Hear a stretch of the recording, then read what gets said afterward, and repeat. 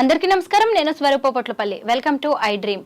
మంచు ఫ్యామిలీలో తలెత్తిన విభేదాల మీద విపరీతంగా చర్చ నడుస్తోంది.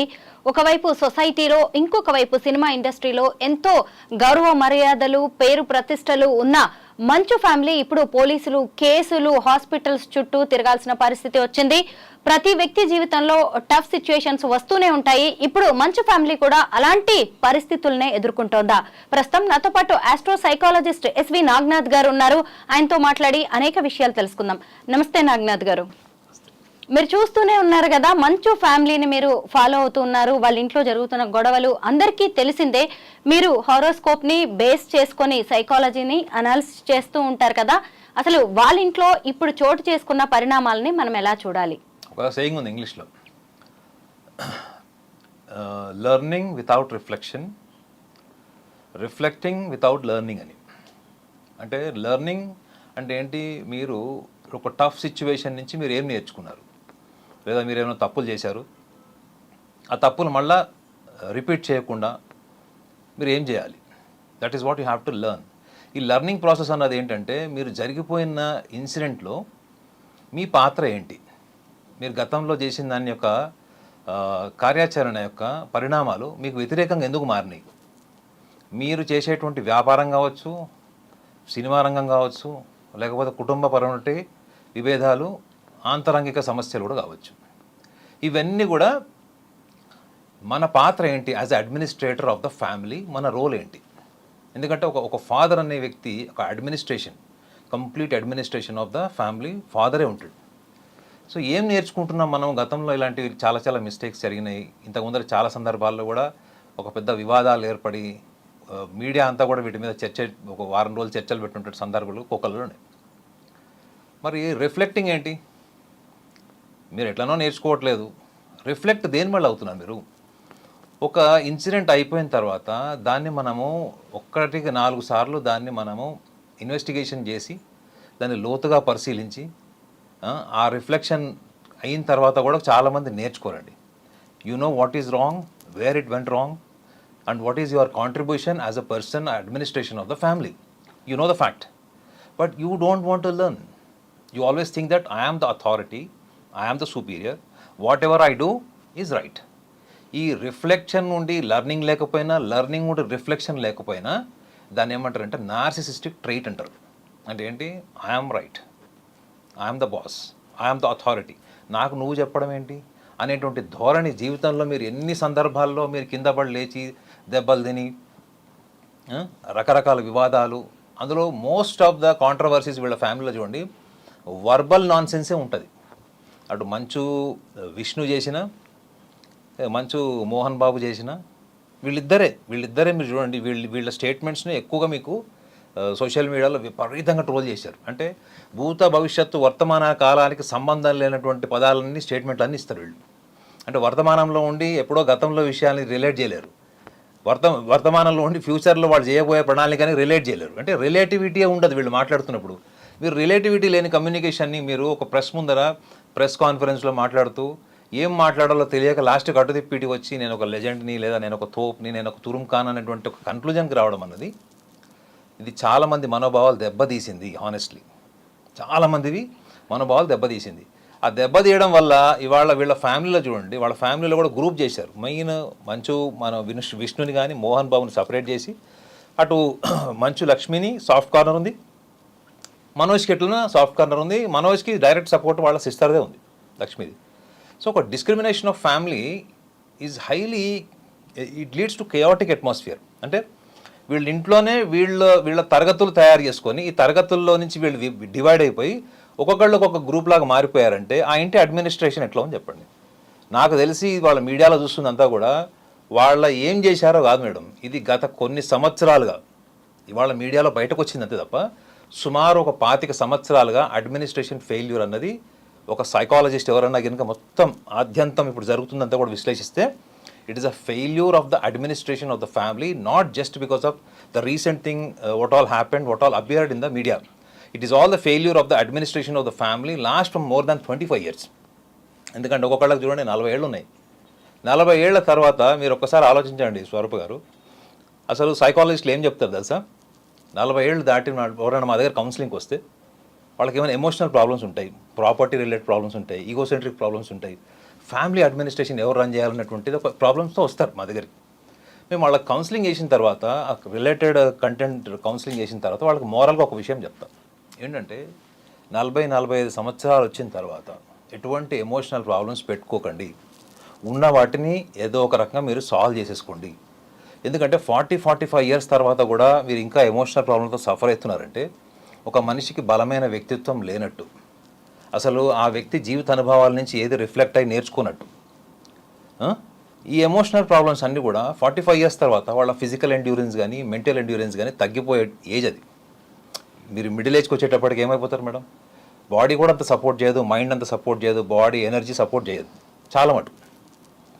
సో వాళ్ళందరికీ ఏం చెప్తామంటే ఈ 45-50 ఏళ్ళ దగ్గరకు వచ్చేటప్పటికి నాయన మీ దగ్గర ఎటువంటి ఎమోషనల్ ఫ్యామిలీ ప్రాబ్లమ్స్ ఉన్నా కానీ వాటిని మీరు కూర్చొని సార్ట్అవుట్ చేసుకొని ఫినిష్ చేసుకోండి అని చెప్తాం. కానీ నిజంగా వీళ్ళ ఫ్యామిలీలో చూడండి, all are above 40 years, all 3 children are above 40 years, father 60+. ఈరోజు వాళ్ళందరూ కొట్టుకునే స్టేజ్కి వచ్చి ఒక ఫాదర్ని కొట్టేటువంటి స్టేజ్ వచ్చింది అంటే it is finished, unrecoverable state. It is called unrecoverable state. అంటే ఇది ఒక పోస్ట్ ట్రామాటిక్. నిజంగానే ఇప్పుడు మోహన్ బాబు గారు ఎవరైతే ఇప్పుడు హాస్పిటల్లో ఉన్నారో అది ఒకవేళ జెన్యున్ స్టోరీ అయితే, అంటే అదే కథ ఆద్యంతం ఏదైతే బయటకు వచ్చిందో అది నిజమే అయితే ఆయన మళ్ళీ రికవర్ కాడు. కాకపోతే ఆయనకు బేసికల్గా సొసైటీ అంటే పెద్ద రెస్పెక్ట్ వాల్యూ ఉన్నట్టు ఎక్కడ కూడా ఆయన స్టేట్మెంట్స్ ఎక్కడ కనపడవు. చాలా షుగర్ కోటెడ్ యాటిట్యూడ్ ఉంటుంది కాబట్టి సో ఆయన ఇవన్నీ ఏముందిలే అని దులిపేసుకొని మళ్ళీ రేపు పొద్దున సభ్య సమాజంలో మళ్ళీ మైక్ ముందర రాగానే మళ్ళీ అదే యాటిట్యూడ్ అదే అరగెన్స్తో మాట్లాడేటువంటి అవకాశాలు కూడా లేకపోవచ్చు, గ్యారంటీ లేదు. సో నా అబ్జర్వేషన్ ఏంటంటే ఇది ఒక ఇన్సిడెంట్ ఒక స్కూల్ వల్లనో లేకపోతే బిజినెస్ అడ్మినిస్ట్రేషన్ వల్లనో ప్రాపర్టీ వల్ల వచ్చిందైతే కాదు మేడం. ఇది there is a deeply imbibed egocentrism, family యునైటెడ్నెస్కి సంబంధించినటువంటి వ్యవహారం. ఇది కుటుంబంలోనే చాలా చిన్నప్పటి నుంచి కూడా ఈ అడ్మినిస్ట్రేషన్ ఫెయిల్యూర్ కావచ్చు, లేదా మంచు మనోజ్లో ఒక నెగ్లెక్టెడ్ చైల్డ్ సైకాలజీ కూడా మనం ఐడెంటిఫై చేయొచ్చు. ఎందుకంటే సెకండ్ వైఫ్ కదా ఆమె. సో ఆ డిస్క్రిమినేషన్ ఆఫ్ ఈగో అన్నది కూడా మనం చూడొచ్చు. ఆయన ఒక రీసెంట్గా ఒక వీడియో కూడా రిలీజ్ చేశాడు. ఆ వీడియోని మీరు 1-4 సార్లు విని చూడండి. అందులో ఆయన చాలా క్లియర్గా కొంచెం డిస్క్రిమినేషన్తో మాట్లాడాడు ఆయన. ఎస్, నేను అడగబోతున్నది కూడా ఇప్పుడు అదే. నాగనాథ్ గారు, ఇప్పుడు ఈ స్టోరీ మొత్తం, ఈ ఫ్యామిలీ డ్రామా మొత్తం 3 క్యారెక్టర్స్ చుట్టూ తిరుగుతోంది. మోహన్ బాబు, మనోజ్, విష్ణు. విష్ణు చూస్తే క్యారెక్టర్ ఒక రకంగా ఉంది, మనోజ్ది ఇంకా డిఫరెంట్గా ఉంది. అయితే ఆ తండ్రి రిలీజ్ చేసిన ఆడియో మెసేజ్లో కూడా ఒరే మనోజ్, నేను నిన్నెంత గారాభంగా పెంచానురా, ఎంత అల్లారు ముద్దుగా పెంచానురా, మిగతా ఇద్దరికంటే కూడా నిన్నే ఎక్కువగా ప్రేమగా చూసుకున్నానని చెప్పారు. ఎందుకు ఒకే పేరెంటింగ్ చూసినప్పుడు ఒకటే అయినప్పుడు ఎందుకు వీళ్ళిద్దరి పర్సనాలిటీస్ అన్నదమ్ములవి ఇంత డిఫరెంట్గా ఉన్నాయి? అదే, దట్ ఈస్ వెరీ ఇంపార్టెంట్. ఎందుకంటే సైకాలజీ కూడా ఏం చెప్తుంది అంటే, ఫర్ ఎగ్జాంపుల్ ఇప్పుడు మీ ఇంట్లో 4 పిల్లలండి, మీకు 4 పిల్లలు ఉన్నారు. మీ 4 పిల్లల్ని మీరు మీ భర్త ప్రేమగా పెంచుతారు, వాళ్ళకి అన్ని ఫెసిలిటీస్ ఇస్తారు. కానీ వాళ్ళ 4 వ్యక్తిత్వం ఎందుకు భిన్నంగా ఉంటుంది? ఒకళ్ళు షార్ట్ టెంపర్డ్ ఉంటారు, ఒకళ్ళు స్మార్ట్ ఉంటారు, ఒకళ్ళు అగ్రెసివ్ ఉంటారు, ఒకళ్ళు ఆరగెంట్ ఉంటారు, ఇంట్రోవర్ట్స్ ఉంటారు. ఎందుకు అంటే బై బర్త్ ఒక నేచర్ ఉంటుంది, పుట్టుకతోని ఒక స్వభావం వస్తుంది. దాన్ని సైకాలజీలో నేచర్ అంటారు. మీ పెంపకంని నర్చర్ అంటారు. So nature by birth can influence and modify the individuals personality for the betterment of life. ఇది సైకాలజీ చెప్తుంది. ఆస్ట్రాలజీలో కూడా బై బర్త్ ఒక నేచర్ ఉంటుంది మేడం. ప్రతి హారోస్కోప్కి కూడా ఒక సిగ్నిఫికెంట్ క్యారెక్టర్స్ ఉంటాయి, నేచర్ ఉంటుంది. అది పుట్టుకతోనే వస్తుంది, గర్భసంచిలో ఉన్నప్పుడే ఆ లక్షణాలు ఉంటాయి వాళ్ళకి. ఆ శిశు జన్మం టైంలో గర్భసంచిలో నుంచి శిశు జన్మం జరిగేటప్పటికే వాళ్ళకి ఒక స్వభావం ఉంటుంది అని జ్యోతిష శాస్త్రం ఎప్పుడో చెప్పింది. కాబట్టి మన దగ్గర స్వభావాలు, పర్సనాలిటీస్, వ్యక్తిత్వం, వాళ్ళ వీక్నెసెస్ గురించి మాట్లాడితే ఎవడు విన్నారు కదా, నువ్వేది మాకు చెప్పేది అనుకుంటారు. కాబట్టి ఆ కోణాన్ని చాలామంది నెగ్లెక్ట్ చేశారు. ఇప్పుడు మీరు అన్నారు కదా, వీళ్ళలో మంచు విష్ణు హారోస్కోప్ కూడా నా దగ్గర ఉంది, మంచు మనోజ్ హారోస్కోప్ ఉంది, లక్ష్మీది ఉంది, మోహన్ బాబు కూడా ఉంది. సో మంచు విష్ణుని చూస్తే మాత్రం ఆయన is a very dispassionate and ఈ ల్యాక్ ఎమోషన్స్. అంటే పర్సనాలిటీ వైజ్ అతని డేట్ ఆఫ్ బర్త్ని తీసుకొని అని హారోస్కోప్ అనాలిసిస్ చేసినా కానీ అతనికి ఏంటంటే ఎమోషనల్ కాదు, is a very smart guy. ఇంకొకటి ఏంటంటే చాలా ఎంతూజియాస్టిక్గా యాక్టివ్గా చియర్ఫుల్గా ఉండేవాడు. So talent point of view చూస్తే మాత్రం ఎన్విరాన్మెంట్లో ఉన్న రీసోర్సెస్ని వాడుకోవడం తప్ప తను ఒక ఎన్విరాన్మెంట్కి రీసోర్స్ కాలేడు. మీరు ఉన్న ఫెసిలిటీస్ని వాడుకుంటున్నారా, మీరు ఒక ఫెసిలిటీని క్రియేట్ చేస్తున్నారా? ఈ 2 యాంగిల్స్ ఆఫ్ పర్సనాలిటీస్ ఉంటాయి. సో నాకు తెలిసి ఈ లక్షణం వాళ్ళ ఫాదర్ నుంచి అతను నేర్చుకున్నాడని నాకు అనిపిస్తుంది. అంటే తన టాలెంట్ కంటే మించి గుర్తింపు సంపాదించాలి అంటే తన చుట్టుపక్కల వాళ్ళు కూడా అంత టాలెంటెడ్ ఉండాలి. వాళ్ళని మనం వాడుకొని మనకంటూ ఒక ఐడెంటిటీ క్రియేట్ చేసుకున్నాం. You have to be very smart. అందరికీ రాదండి, దాన్ని డిపెండెంట్ ఇంటెలిజెన్స్ అంటారు. అది మోహన్ బాబులో చాలా కనిపిస్తుంది, మోహన్ బాబు పర్సనాలిటీలో. ఎందుకంటే నా హారోస్కోప్ కూడా నేను చూశాను, జన్మ రాశి నక్షత్రం అన్నీ ఉన్నాయి. కాకపోతే మీకు టెక్నికల్గా చెప్తే అర్థం కాదు కాబట్టి నేను అందులో ఉన్నటువంటి ఎసెన్స్ మీకు చెప్తున్నాను. సో మనోజ్ దగ్గరకు వచ్చేటప్పటికి ఏంటంటే మనోజ్ ఈజ్ వెరీ ఎమోషనల్. ఆయన డేట్ ఆఫ్ బర్త్లో పుట్టిన వాళ్ళు మీరు ఎవరన్నా చూడండి, ఆయనలో 2 మైనస్ పాయింట్స్ ఉన్నాయి, 2 ప్లస్ పాయింట్స్ కూడా ఉన్నాయి. మైనస్ పాయింట్స్ ఏంటంటే ఆయన ఈజ్ అ రెబెలియస్. అంటే దేనికైనా అతను తిరగబడతాడు.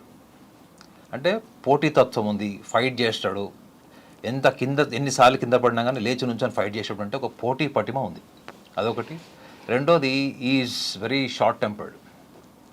అర్థమైందా? షార్ట్ టెంపర్డ్నెస్ అంటే ఏంటంటే మీరు ఎవరైనా ప్రొవోక్ చేశారనుకోండి madam, if you are short tempered, మిమ్మల్ని ఈజీగా ప్రొవోక్ చేసి మిమ్మల్ని రెచ్చగొట్టి మీకు మీకు మీకు తెలియని స్థాయికి మీలో ఆవేశాన్ని క్రియేట్ చేయొచ్చు if you are short tempered. ఆ షార్ట్ టెంపర్డ్నెస్లో మీరు ఏమైనా చేయొచ్చు, తర్వాత మీరు రిపెంట్ కూడా కావచ్చు. సో మంచు మనోజ్లో ఉన్నటువంటి ఒక లక్షణం ఏంటంటే he will get in to this kind of short tempered attitude, get in to actions. Later on he will repent or he may compromise for the welfare of the family. ఈ 2 angles ఉంటాయి. ఇవి ఆయనలో ఉన్నటువంటి negative attitudes. Positive strengths అంటే దాన్ని ఏమంటారు అంటే determination. You can say it determination and if highly family oriented. పైకి అట్లా కనిపిస్తున్నాడు, అంత చేస్తున్నాడా? నాకు తెలిసి వాళ్ళు మొత్తం 4 highly family oriented, very genuine emotions అంటే లక్ష్మి అండ్ మనోజ్. వాళ్ళ హారోస్కోప్ ప్రకారం ఇది వాళ్ళ ఎక్స్టర్నల్ పర్సనాలిటీ, వాళ్ళ మీడియా ముందు సమావేశాలు చూసి నేను చెప్పట్లేదు. ఇది imbibed nature in the horoscope. ఏంటంటే వీళ్ళిద్దరు హైలీ ఫ్యామిలీ ఓరియంటెడ్. వాళ్ళు ఎప్పుడైనా సందర్భం వస్తే ఫ్యామిలీ కోసం నుంచుంటారు, irrespective of the condition and circumstances. వాళ్ళు నుంచుంటారు వాళ్ళు. కానీ మనోజ్కి ఏంటంటే he doesn't know how to articulate himself during his temperamental time. So ఈ టెంపర్మెంటల్ ఇష్యూస్ ఉన్న వాళ్ళు చాలా సందర్భాల్లో వాళ్ళకి విలువైంది కూడా పోగొట్టుంటారు వాళ్ళు. అంటే ఆ చిన్న సెన్సిటివ్ నేచర్ కావచ్చు, ఆ టైంలో వాళ్ళకి ఈగోసెంట్రిజం వల్ల కావచ్చు, ఆ టైంలో వాళ్ళకి ఏం దోస్తే అది కరెక్ట్ అనమాట. ఈ టైంలో నేను ఏమనుకుంటే నాకు అది కరెక్ట్, ఇప్పుడు నేను నమ్మిన సిద్ధాంతం కోసం నేను ఫైట్ చేస్తా, వార్ చేస్తా అనేటువంటి టెంపర్మెంట్లోకి వెళ్ళిపోయినప్పుడు. సో ఇలాంటి వాళ్ళని నిజంగా మోహన్ బాబు లాంటి వ్యక్తి సాఫ్ట్గా ఇంటలెక్చువల్ డీల్ చేయాలి తప్ప, నేను నిన్ను మీరు అన్నారు చూడండి, నేను నిన్ను పోషించాను, ఇంత ఎవరి కోసం పోషిస్తారండి? నీ మొదటి భార్య చనిపోయింది, రెండో పెళ్ళి ఎందుకు చేసుకున్నావు మరి అలాంటప్పుడు? ఇప్పుడు ప్రాక్టికల్గా రా మెటీరియల్ క్వశ్చన్స్ అడిగితే నువ్వు ఎందుకు చేసుకున్నావు? నీకు ఒక ఎమోషనల్ బాండేజ్ కావాలి కాబట్టి, నీ ఫ్యామిలీలో నీ పిల్లల్ని చూసుకోవడం, అప్పటికే 2 పిల్లల్ని చూసుకోవాలి కాబట్టి నువ్వు పెళ్లి చేసుకున్నావు. నువ్వు మెహర్బానీ చేసినట్టు ఎందుకు మాట్లాడతావు నాకు అర్థం కాదు. ఇది మోహన్ బాబే కాదండి, చాలామంది పేరెంట్స్ మా దగ్గరకు వచ్చినప్పుడు నేను వాడిని పెంచానండి, పోషించానండి ఇవన్నీ చెప్తాడు. నువ్వు పిల్లల్ని కనకపోతే సమాజం నేను ఏమంటుంది? నీకు పిల్లలు లేరనుకోండి, మగవాడిని ఏమంటుంది? ఒక స్టేట్మెంట్ ఉంటుంది, నేను చెప్పడం ఇష్టం లేదు. అదే ఆడవాళ్ళు పెళ్లి చేసుకున్న పిల్లలు లేదనుకోండి, వాళ్ళు ఈ వ్రతాలు నోములు సభ్య సమాజంలో వాళ్ళని పోతే వాళ్ళు ఎట్లా ట్రీట్ చేస్తారు? సో వీళ్ళు మెహర్బానీ చేసినట్టు మాట్లాడతారు చూడండి. నిజంగా వీళ్ళు deep inside they are terribly suffered with egocentrism and arrogance. వాళ్ళు ఏం మాట్లాడుతున్నారు అన్నప్పుడు వాళ్ళ భావావేశము, ఆ సెల్ఫ్ పిట్టి ఉంటుంది చూడండి. నాకు నా ఈగో బ్లాస్ట్ అయ్యే వరకు నేను ఒక రకంగా ఉంటాను. ఇక ఈగో బ్లాస్ట్ అయింది, వర్కౌట్ కావట్లేదు, రిజల్ట్స్ రావట్లేదు, అలాంటప్పుడు సెల్ఫ్ పిట్టిలోకి వెళ్తాను. అంటే నేను నీకు ఇది చేశాను రా, నేను అది చేశాను, నేను కష్టపడి పైకి వచ్చాను, నీకు ఏం తక్కువ చేశాను, సెల్ఫ్ పిట్టి, సానుభూతి లక్షణాలు అనమాట. నేనైతే కాన్ఫిడెంట్గా చెప్తా ఏంటంటే మంచు మనోజ్ ఎప్పటికీ ఆ ఫ్యామిలీతో కలవడు. ఎందుకు అంటే ఆలోచించుకోండి, ఒక స్మార్ట్నెస్ ఉన్నటువంటి brother, terrible egoism and beyond ఎబిలిటీకి మించినటువంటి మాటలు, ఎబిలిటీకి మించినటువంటి పర్సనాలిటీ అనే వ్యక్తి ఏమన్నా అయ్యుండొచ్చు. కానీ ఆయన సభ్య సమాజంలో ఎన్నిసార్లు మాట్లాడినా కానీ సమాజానికి చిరాకు పుట్టేలాగా మాట్లాడిపోయడం, తనకు సెల్ఫ్ డిక్లరేషన్ అనమాట, సెల్ఫ్ ప్రొక్లైమ్డ్ లెజెండ్గా తను చెప్పుకోవడము. నిజంగా చెప్పాలంటే అసలు మీరు ఒకసారి ఆలోచించండి మేడం, వజ్రోత్సవం జరిగింది తెలుసు కదా మీకు, ఫిలిం ఇండస్ట్రీ వజ్రోత్సవం జరిగినప్పుడు ఆయన చేసినటువంటిది ఎంతమందిని ఇప్పటికి కూడా మర్చిపోకుండా చేసింది. సో మోహన్ బాబు గారి పర్సనాలిటీలో ఏంటంటే ఆయన హైపర్ సెన్సిటివ్ అండి. ఈగోయిజం వెనక హైపర్ సెన్సిటివిటీ కూడా ఉంటుంది. ఈ హైపర్ సెన్సిటివ్ ఉన్నవాళ్ళు మిమ్మల్ని ప్రేమిస్తే కూడా పిచ్చోళ్ళలాగా ప్రేమిస్తారు. మీ మీద కోపం వచ్చింది, అనుమానం వచ్చింది అనుకోండి, ఈక్వల్గా వైలెంట్గా అవుతారు. కేరింగ్ ఎక్స్ట్రీమ్స్ ఉంటాయి, విండెక్టివ్నెస్, రివెంజ్ కూడా వెనకబడి రివెంజ్ తీసుకుంటారు వీళ్ళు. ఎక్స్ట్రీమ్స్ అనమాట. Psychological. Love is psychological, hatred is also psychological. So ఇట్లాంటి వాళ్ళు అధికారంలో ఉన్నప్పుడు, వాళ్ళు ఒక అడ్మినిస్ట్రేషన్ పవర్లో ఉన్నప్పుడు దాన్ని మిస్యూజ్ చేసుకుంటారు బికాజ్ ఆఫ్ హైపర్ సెన్సిటివ్. వీళ్ళకి పక్షపాతం ఉంటుంది. వీళ్ళకి భజన చేసే వాళ్ళకు ఒక అడ్మినిస్ట్రేషన్ ఉంటుంది. వీళ్ళని ఎవరైనా రాడికల్గా క్వశ్చన్ వేసినా, ఫ్యాక్ట్స్ మాట్లాడినా, లేదా మీకు ఇండివిజువాలిటీ ఉందనుకోండి, మిమ్మల్ని ఇరాడికేట్ చేసేటువంటి లక్షణాలు కూడా ఈ మోహన్ బాబు గారి పర్సనాలిటీలో ఉంటాయి. ఇది ఇంబైబ్డ్ ఉంటాయి ఇవి. ఇప్పుడు వాళ్ళ ఇంట్లో చూసుకోండి మీరు, రిలేటివ్గా అదే జరుగుతుందా లేదా? ఒక కొడుకు మీద ఒక డిస్క్రిమినేషన్ ఉంది, ఇంకో కొడుకు మీద ఇంకో డిస్క్రిమినేషన్ ఉంది. ఇట్లా ఉన్నప్పుడు ఆ ఫ్యామిలీ అడ్మినిస్ట్రేషన్ అంతా కూడా ఈయన అనుభవము, ఈయన ప్రజలకు చెప్పేటువంటి క్రమశిక్షణ, ఈయన ఆరాధ్య దైవం అనేటువంటి రామారావు గారు, దాసనారాయణరావు గారు, వీళ్ళందరూ ఎలా ఉన్నారు అసలు?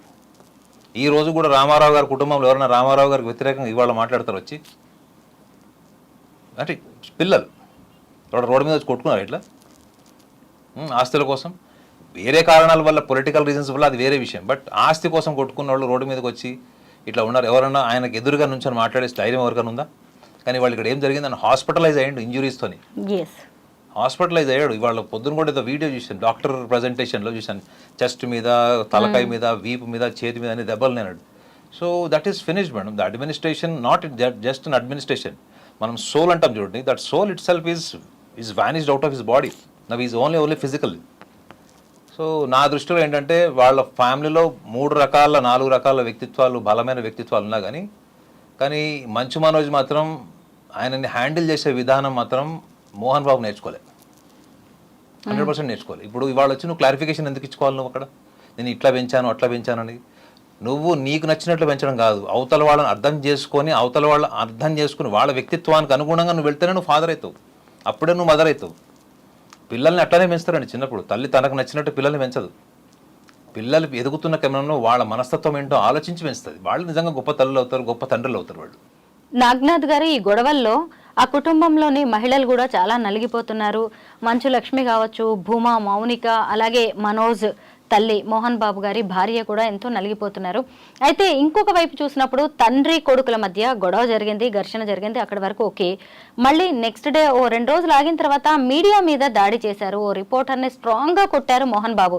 దీన్ని ఎలా చూడాలి? ఆయన సైకలాజికల్ పరిస్థితి ఎలా ఉంది? అంటే ఇంట్లో జరిగిన గొడవలన్నింటినీ తీసుకొచ్చేసి ఇలా బయట వ్యక్తుల మీద చూపించారంటారా ఆయన? మీరు అది చూశారంతే.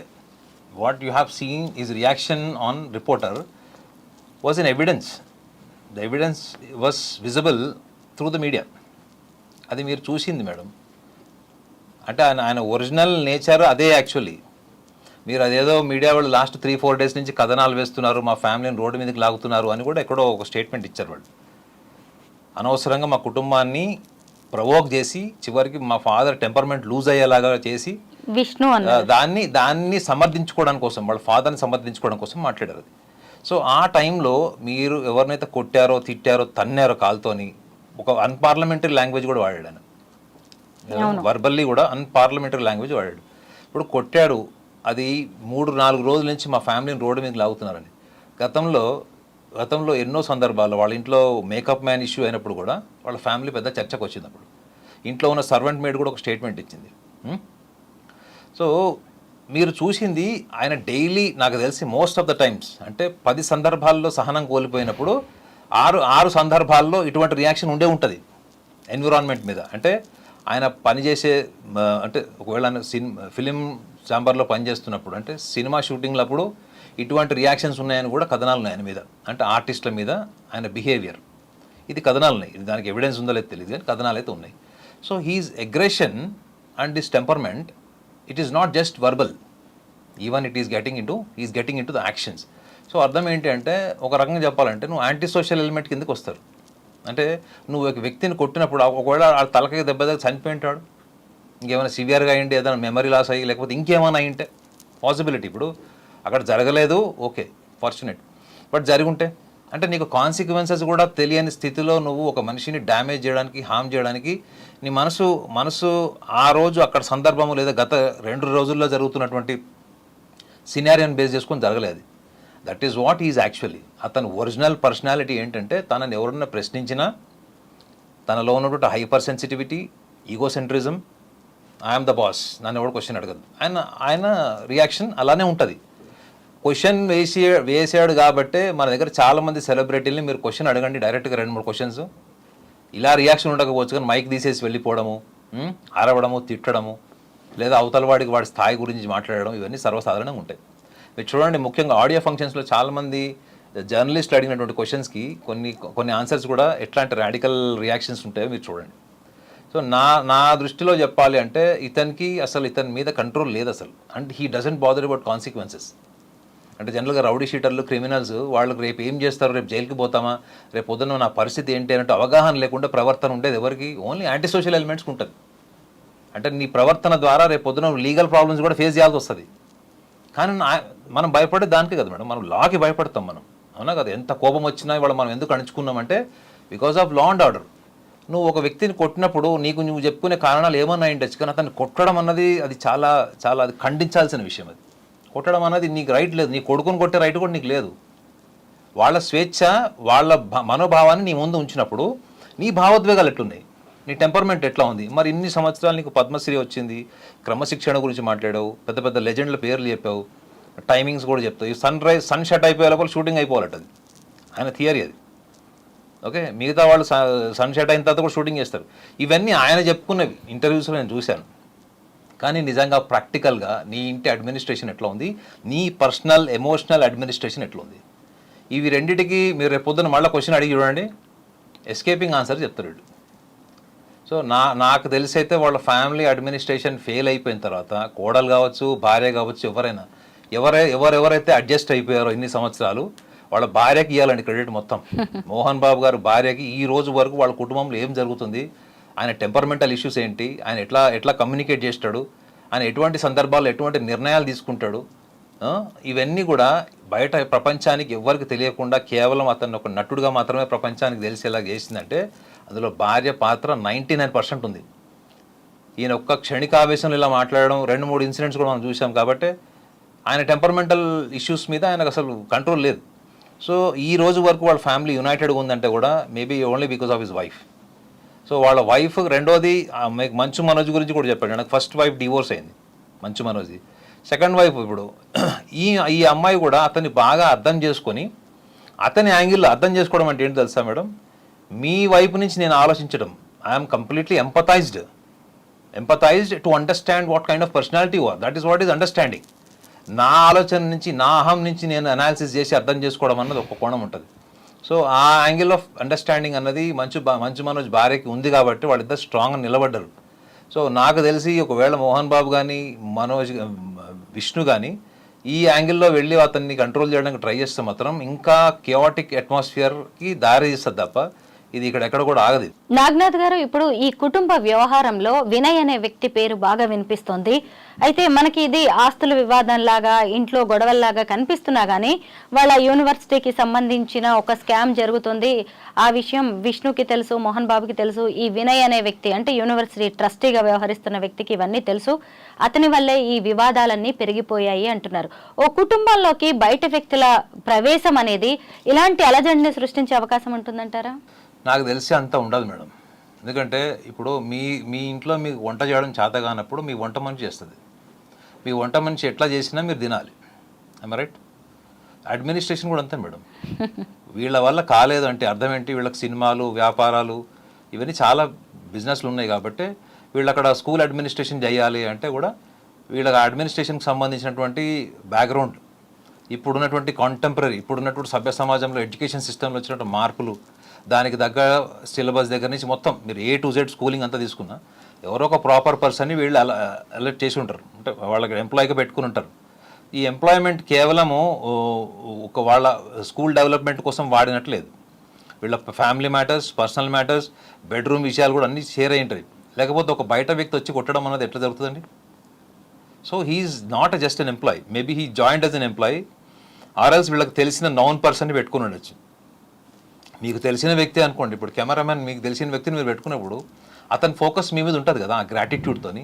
సో మేబీ ఆ గ్రాటిట్యూడ్ ఫీలింగ్లో ఈ ప్రాసెస్లో ఇతను కూడా రెబల్ అయ్యాడు. ఇప్పుడు అబ్స్కాండింగ్ ఉన్నట్టున్నాడు లీగల్గా కూడా రేపు పొద్దున అతని మీద యాక్షన్ తీసుకునే ఛాన్సెస్ అని కూడా చెప్తున్నారు.